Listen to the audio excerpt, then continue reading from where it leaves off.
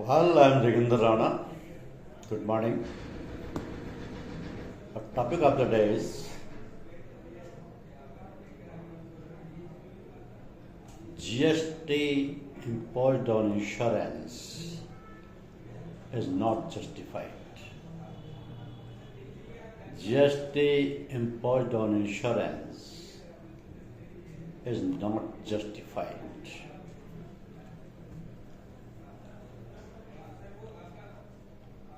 The demand for junking indirect tax on health insurance came to limelight as Mr. Nitin Gadkari, the Transport Minister, demanded that this GST on insurance should be removed. But it has not been done so far. When Indian parliamentarians from opposition parties demanded Finance Minister to consider waiving off the goods and service tax imposed on life and health insurance policies, she raised some factors associated with the GST on insurance products.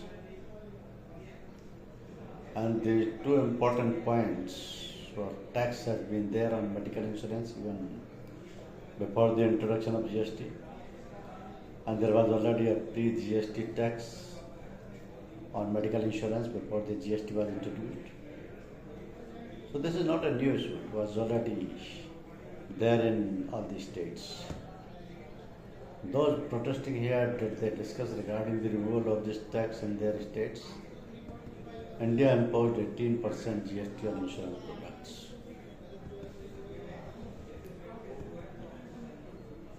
So, in a country that has high income inequality and healthcare infrastructure, needs further major boost, Indians are debating why they should be taxed for something that is associated as a necessity, that is healthcare.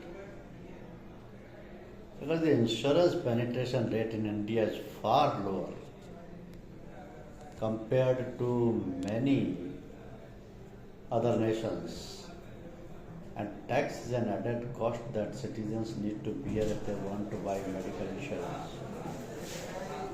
So a report by the Nifty Aayog said that 30% of the population, around 40 crore Indians, still lack any form of financial protection for health. The Economic Survey forecast that insurance penetration measured as a percentage of GDP will rise from 3.8% in FY23 to 4.3% in FY35. So at the same time, life insurance premiums are expected to grow at an annual rate of 6.7% between 2024 and 2028. So this growth is driven by increasing demand for term insurance, a younger population, and advancement in insurtech. So health insurance, the question of affordability is there.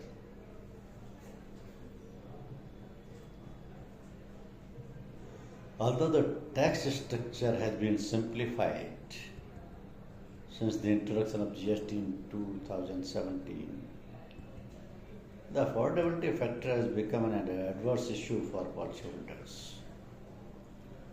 So while the single rate has ensured that the tax structure for policyholder is simplified and transparent, the affordability factor has been negatively impacted as it has made health insurance premiums costlier by the GST amount. With input tax credit available on GST paid by the insurers, the net impact of GST is comparatively lower than that under service tax for some non-life insurance products. So insurance companies determine the gross premiums based on the expected cost of claims and associated expenses. So these premiums include the applicable GST. Thus, an insurance policy with a premium of rupees 15,000 will have an additional cost of rupees 2,700, means 18% on 15,000. So the input tax credit availed by an insurance company against the service procured ensures that these costs are not passed on to the policyholder.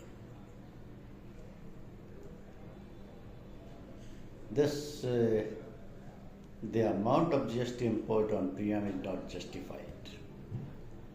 GST of 18% is not justified on premiums. Insurance products are brought to safeguard families against financial losses due to early death or illness. Where IRDAI is talking about insurance for all by 2047, the government should reduce the GST to make premiums more affordable. So premiums on insurance often increase by 10 to 20%, thus adding to the financial strain on the policy buyer. This annual surge in premium adds to the cost burden for Indians and particularly affects senior citizens, especially ones who have retired and they may be depending on savings for survival. In India, where around 40 crore people have no financial protection for health, it's a matter of worry, especially in the case of senior citizens who may need a high sum insured, thus bear the significant brunt of GST rate. So, if the government decides to reduce GST on insurance, it would help bring down premium prices too. And life insurance, if an endowment product is bought, the customer pays rupees 59,000 as a premium, but the investment will be considered as rupees 50,000 with further mortality charges and expenses deducted, and rupees 9,000 being the GST element. So this results in lower returns because the policyholder calculates the total price paid and the return he has received. So he often feels cheated and loses trust in insurance products. We receive many complaints where health insurance premiums have increased significantly and the policyholder is asking for relief. We can't do much, but the government can definitely help by reducing the GST percentage. Taxes are what help run a nation. So asking for a tax exemption seems to be a challenging proposition in a developing country like India. Experts believe that reduced or exempted tax would have a positive ripple effect on citizens. But what impact would such an exemption have on insurers? If GST is exempted on insurance premiums, then insurance companies would not be able to avail input tax credit on the GST paid by the insurance company. And thus it might not truly benefit the policyholders. So, any future prospect of a possible exemption from taxes on life and health insurance has to be looked into. This will make premiums more affordable. People can buy better coverage. The returns of life products will improve. If the GST rate is set at 0% or any rate lower than the current rate of 18%, instead of exempted, then the benefit equivalent to ITC credit available would still be passed on to customers. And this is expected to result in lower premiums for customers. So India's insurance penetration has increased from 3.9% in 2013-14 to 4% between 2022 and 23. Though the insurance industry has seen an influx of people investing in life and health insurance plans, awareness of insurance remains low in India compared to other nations. Various factors contribute to the slow growth in insurance penetration. affordability of health insurance or health indemnity policies and financial literacy are major hurdles, as many people are unaware of the benefits of insurance in the country. With lower affordability, consumers are difficult to convince on indemnity policies. There is also a lack of customized products and lower trust in insurance policies. So, a decrease in premiums would help encourage more investment in life and health insurance policies. An easier tax regime would help increase the percentage of policyholders. Lower premiums will result in increased coverage and also reduce the lapsation of policies in later years. 18% is too high for an essential product for every Indian family. India's insurance penetration percentage reveals that many people don't sign up for insurance. This low percentage with the two crucial factors, medical inflation and absence of a healthcare regulator. This is a low percentage. So the absence of a healthcare regulator has resulted in over 10% annual medical inflation, which in turn makes health insurance premiums costlier. In fact, post-COVID, we have observed medical inflation rising steeply coupled with modern technology costs, resulting in an increase in health insurance premiums.